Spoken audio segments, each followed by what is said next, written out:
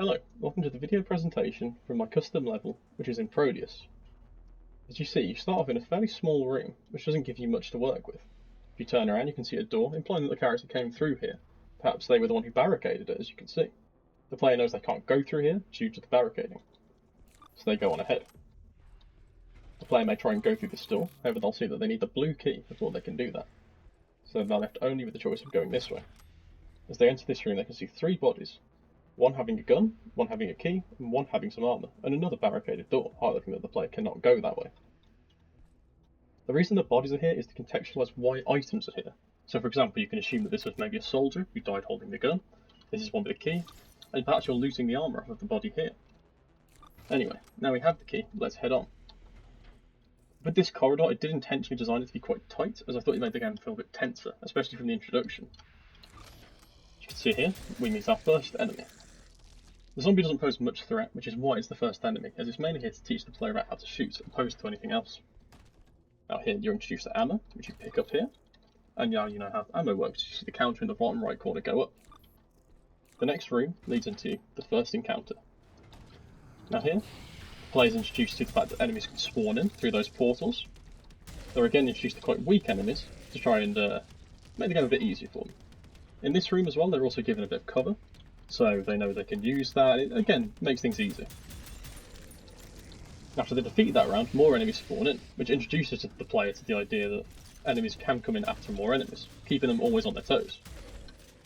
This encounter is a little bit more challenging than the first one as well, which shows that the game does have a bit of a kick to it at times. The player also learns that enemies drop their guns, as they can see the shotguns scattered around the room. The game automatically makes them use the shotgun, which teaches them how to swap between the weapons, and also shows them that different weapons can work in different situations. Let's head to the next room. Here, we're introduced to explosive barrels. As you can see there, the zombie was stood next to it. The reason for this is the player should look at the barrel, shoot the barrel, and see it kill the enemy. It should quickly and easily teach them about the use of explosive barrels. Now here, we're in the next room. Some enemies spawn in, and again, explosive barrels are here. This kind of expands on what we learned in the last room, and also expands on what we learned in the room before. Now here, we can see that you can try and use the door, but it won't let you, as you need a key card. This kind of tells the player there's going to be some backtracking, and also gives them an idea that they should keep the green key card in mind if they want to get some kind of reward, or perhaps even progress in a level later on. Here, the player gets their first checkpoint. They also get their next gun, with some ammo nearby, and a healing item in case they took any damage learning the game from the first few encounters. Here, this encounter is designed to be used with the assault rifle in mind. As they come in, they'll see some enemies grouped together, which is perfect for the assault rifle. However, next time, enemies are a bit more spread out. This causes the player to re-strategize and think how they could use the assault rifle. Perhaps they could try and group them together like so. Or maybe they go around the walls like this and shoot each corner, then work in the middle.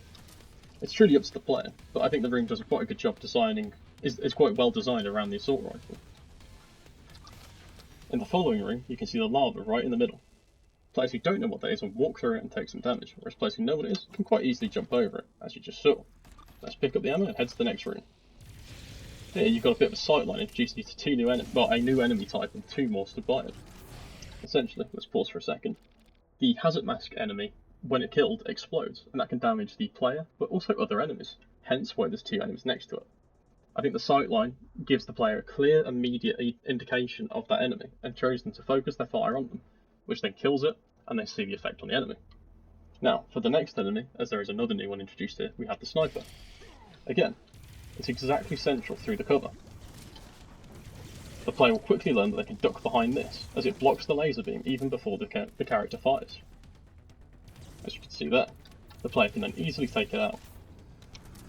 Then we have our next group. It should also be hard so that you can pick up the sniper's weapon.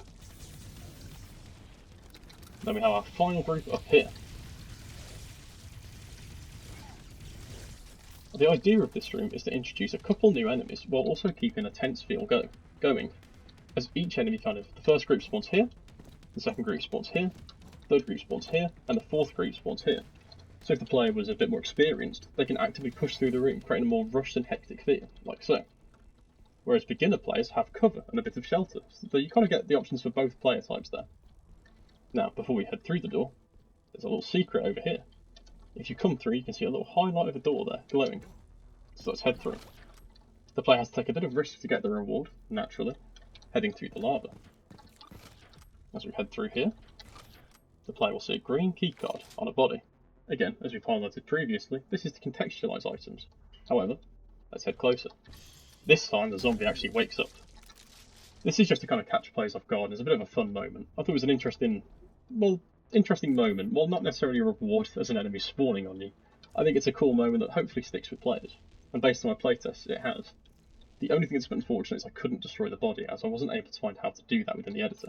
Anyway, let's use the button here, which brings the lift down. The player then steps on the lift, which then raises back up, taking them to the room they were just in. Now we've got the key, let's head back, as if you remember, there was a locked door. As we head back through here, you'll see a new gun on a body, and a bit of armour again. While the rocket launcher might seem like a bit of a powerful weapon to give the player, the reason I chose to do this is it doesn't have a whole lot of ammo. So while yes, it's powerful, the player kind of has to pick and choose when to use it, as they don't get any more ammo for it from this point onwards. So yes, it's a very good reward, but they've got to be careful with their uses of it. Let's carry on ahead. As you saw there, we got another checkpoint as well, by the way. As we head through here, you can see there's actually a few more paths in this room. It's a bit more complicated than the last few. So first of all, you've got a door down here, but then you also have a pathway all the way up there. Essentially, the player actually gets to choose which route they take here, as both lead to the same outcome. This way's easier, that way's harder. So let's first take out the harder route, and then I'll explain that after. As you can see, you've got two snipers over there, coming through that tower. They've got cover themselves, so they're a bit harder to shoot at. But if you look closely, you might be able to see the explosive barrel there. Let's poke our head out of cover, and there you go. Nice, we shot it. That took one of the snipers out, now let's go for the other one. Perfect. That's both of them down. So essentially, that's the easy route because the player will come into the room, take out the normal enemies, and they can head through there. They don't have to explore, they're not pushing themselves, it's easy for them to do. So brand new players can quickly take that route if they're struggling. Whereas experienced players, or players who perhaps are looking to explore and see what they're rewarded for, will come up the stairs and see this, and then the door over there. Like I say, I think this is also a more challenging section, which then means that players will be indicated that this is the challenging route, as the area through here is a bit harder. So let's do this one first, shall we? So in this room, more enemies spawn in. You can see at the back you've got a sniper. With this room, the platforms are all separate and the enemies are spawned on each platform, meaning the player has to move around to avoid damage. So let's take these out. Second wave spawns in. So learning what we learned earlier, that's again by two zombies, so you can do a bit of damage to both. And you navigate around here, shoot the sniper, because that's the hardest enemy in my opinion. And we've got a few enemies grouped together here, taking them out. And let's use the rocket launcher just to finish off the last couple. Perfect. So with this room, the reason it's designed the way it is that players should be forced to move here, as I think it's a bit more challenging to move and shoot, and it also keeps the level a bit more of a climax, seeing as this is the ending section. Let's carry on through. If you go through here, that'll take you towards the end of the level. However, we don't entirely want to do that, as I want to show you both sections for the video. So let's go back and take the easy route. So if we head down here, you can see here you get given plasma rifle ammo, which kind of highlights that that might be the best weapon to use in this room. And here, we've got a bit of a zigzag going on. Again, there's a sniper right at the back of the room shooting at you, as well as some shotgun guys that shot me there, as I desperately tried to dash to the sniper. So there you go. This room is the easy room, again, by design, but you still have to move as you have to dodge the lava on both sides of the room. By dodging like this and this, you have to strafe. The fact there's so many enemies as well means you have to move, or else again, you'll be shot quite quickly. So both rooms teach the same, it's just that the difficulty of them is different. Now let's head to the final room. So this is where you would have been led to if you took the corridor we looked at earlier. Now here you're given the minigun. This is just for a cool little climax moment as you get to take out all these enemies stood in a straight line. Which teaches you about the minigun, and it's just a satisfying moment. This is a bit of a divisive section as, well yes it's cool, it also does come across as a bit of a pointless room, as it's the final room, why do you need to learn about a new mechanic? Personally I like it, I think it's a cool conclusion, but it is a bit redundant to learn about a new mechanic here. Then we finish up here. The reason there's 2 doors at the back is just to contextualise the ending. Rather than just going into a blank room, you're going into a room that has 2 doors, so you can tell that the facility goes on longer. Let's just head into the editor for a second, just to highlight the way the level looks and just to talk through it a bit more. So, here we go. This is how the level actually looks. So as you can see, I think it's a pretty solid level all in all, and I think things have really steadily introduced.